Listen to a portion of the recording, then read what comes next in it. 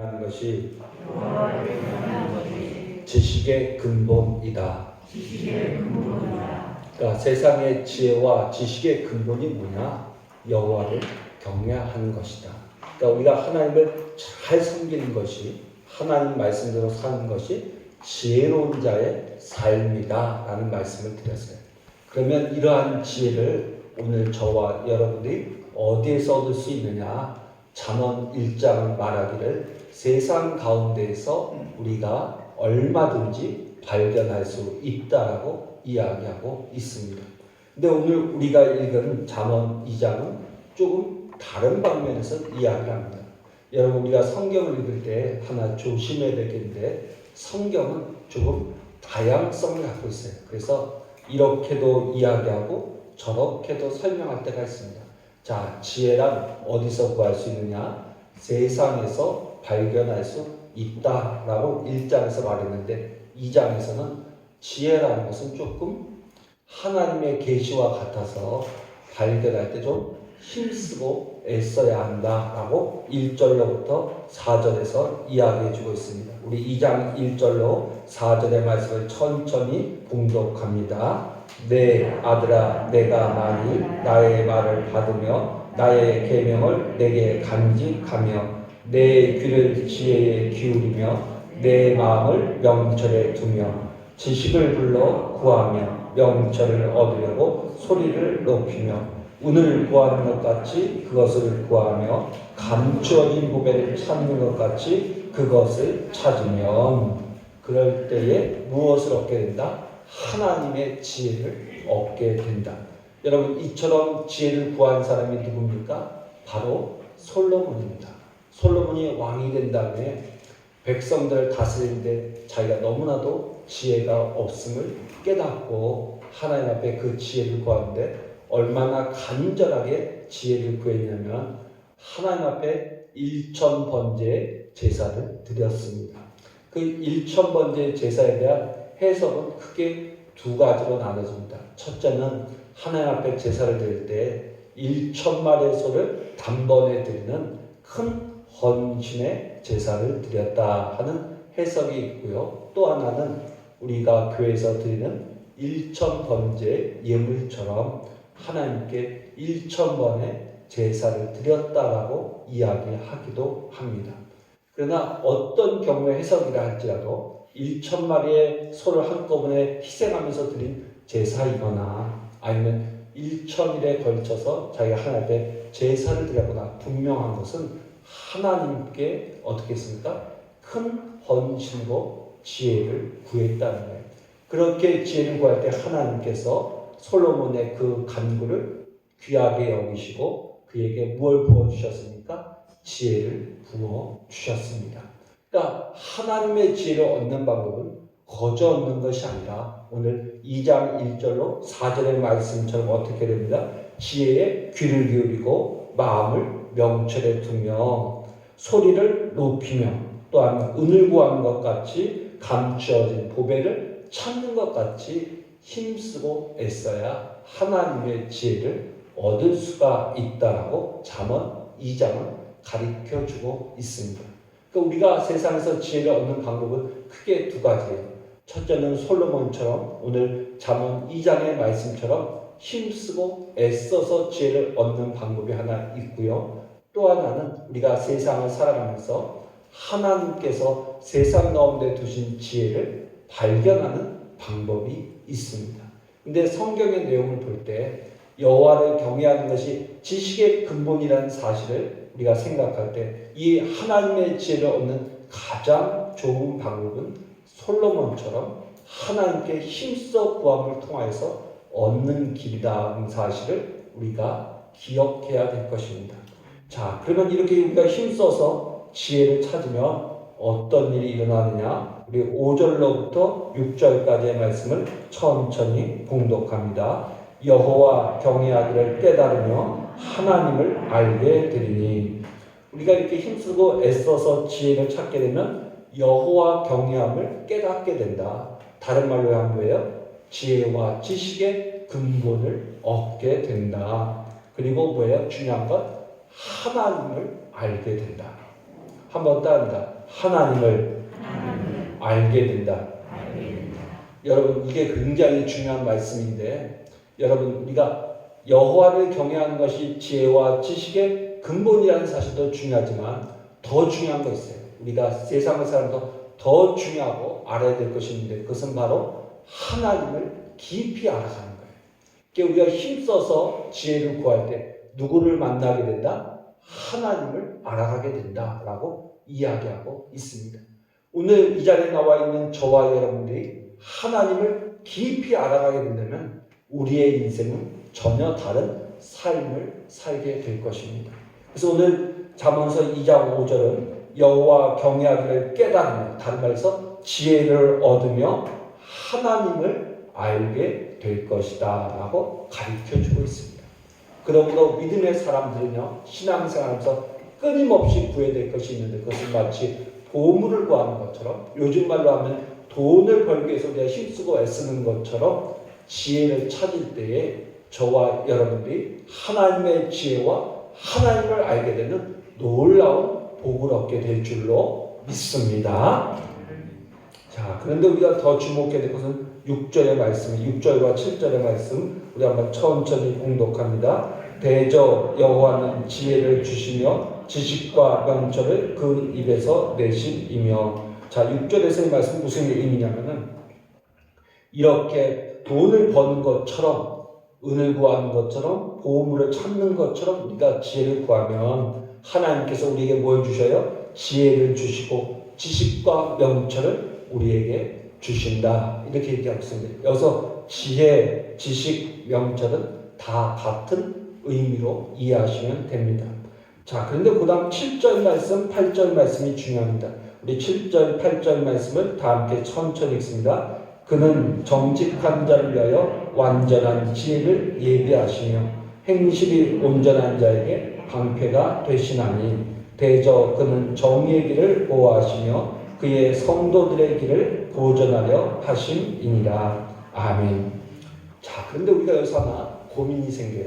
6절과 7절과 8절 말씀 보니까 하나님께서 지혜를 주시는데 그 지혜를 통하여서 하나님께서 방패가 되시는 일, 보존하는 복을 주시는데 그 복은 어떤 사람에게 주느냐? 지혜를 찾는 모든 자에게 주시는 것이 아니라 어떤 사람입니까? 행실이 온전한 사람들, 행실이 바른 사람들에게 그 지혜가 그들의 삶의 방패가 되도록 하신다라고 이야기하고 있습니다. 이게 참 중요한 차이예요. 우리가 지혜를 구하면 그 지혜가 우리 인생의 방패가 되는 것이 아니라 지혜를 구할 뿐만 아니라 내가 행실을 어떻게 살 때 온전하게 살 때 하나님께서 그 지혜가 우리에게 인생에 뭐가 되게 하신다? 방패가 되게 하신다. 그래서 여러분 그런 말이 있잖아요. 지식이 그 사람을 가볍게 하는 게 아니에요. 그 지식을 알 뿐만 아니라 그에 합당한 삶을 살아야 지식이 그 사람에게 있어서 정금같이 빛나는 가치를 갖게 된 겁니다. 여러분 만약에 도둑이 지식이 많다면, 지혜가 많다면 어떤 일을 하겠습니까? 도둑이 지혜와 지식이 많다면 그 사람은 세상의 모든 물건을 훔치는데 사용할 것입니다.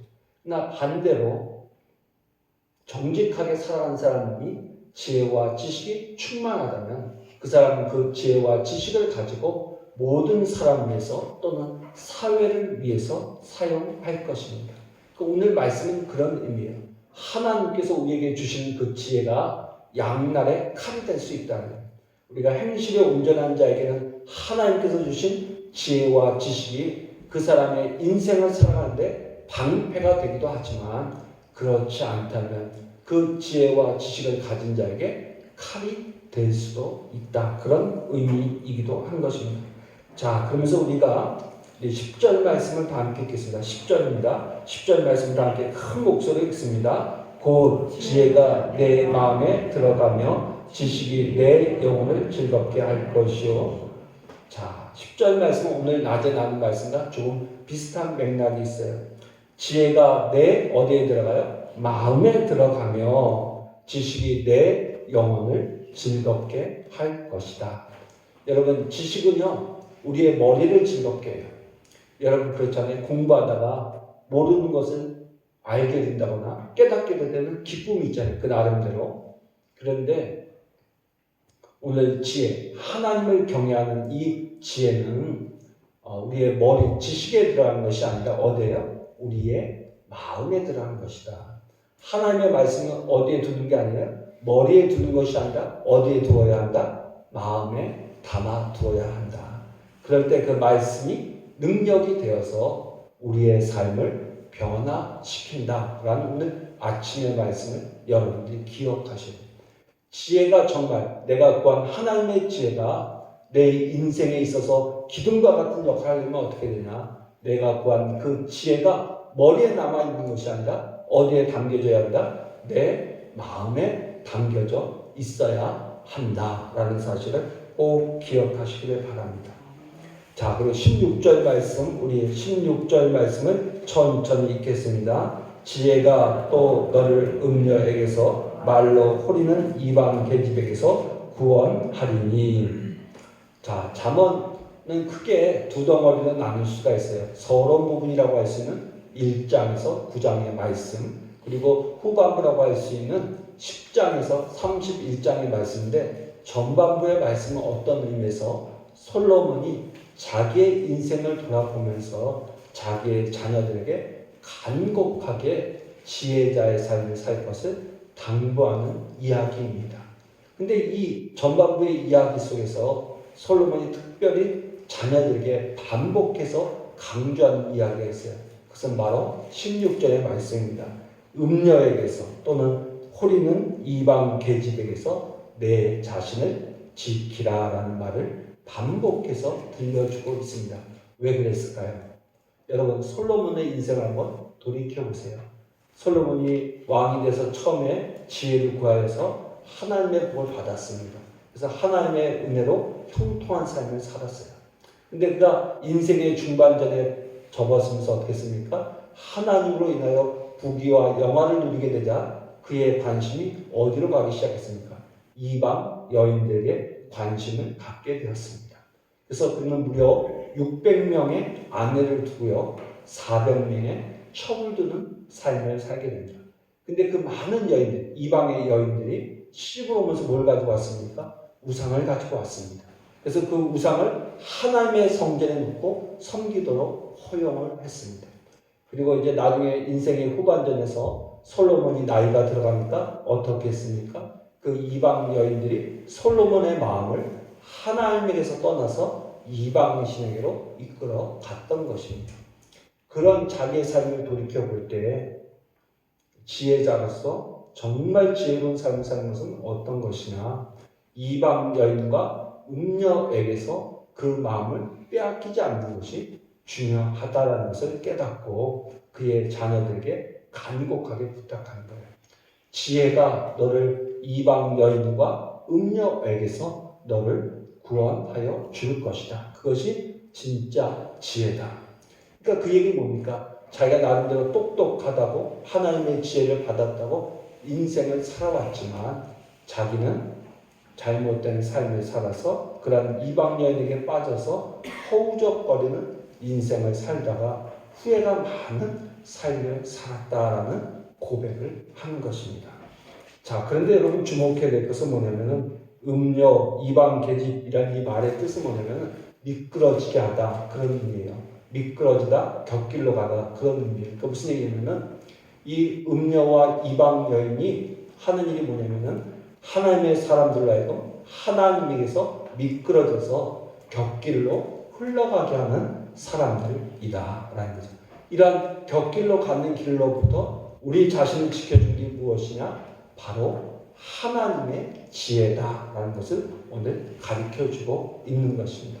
사랑하는 성도 여러분, 이 밤에 나온 성도 여러분, 보물을 구하듯이 지혜를 구하실 뿐만 아니라 그 지혜로 세상을 살아가시되 어떤 삶을 살아야 되면 우리를 하나님께로부터 벗어나게 하는, 곁길로 나가게 하는 모든 것으로부터 우리 자신을 지켜갈 수 있는 복된 인생을 살아가시기를 주의 이름으로 축원합니다. 여러분, 그래서 여러분 가운데 어떤 사람이든지 우리로 하여금 하나님을 잘 섬기는 길, 하나님을 잘 섬기는 길에서 어긋나게 하는 사람들의 이야기가 있다면 그것은 결코 귀담아 들어서는 안 돼요. 그 사람이 아무리 좋은 이야기를 한다 할지라도 내가 하나님 섬기는 일, 내가 하나님을 열심히 섬기고자 하는 일에서 벗어나게 하는 조언이라면 그것은 사단의 속삭이는 사실을 기억하고 믿음으로 물리치고 하나님의 말씀을 끝까지 굳게 지켜나갈 수 있는 믿음의 사람들 되시기를 주의 이름으로 축원합니다. 그리고 하나 더 여러분들에게 마지막으로 당부하는 것은 이제 조금 있으면 추수가 끝나고 여러분들 김장 전쟁을 시작하셔야 될 거예요.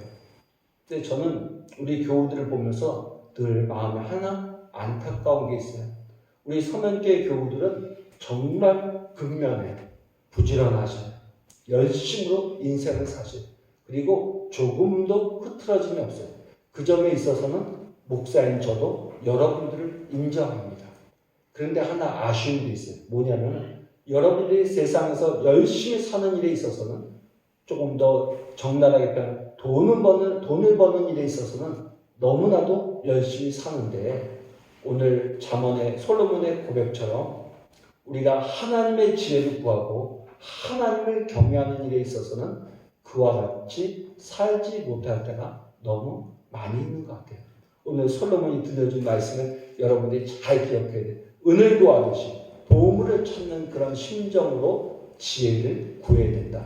다시 말해서 하나님을 섬기는 삶을 사는 것이 참된 지혜다라고 가르쳐주고 있습니다.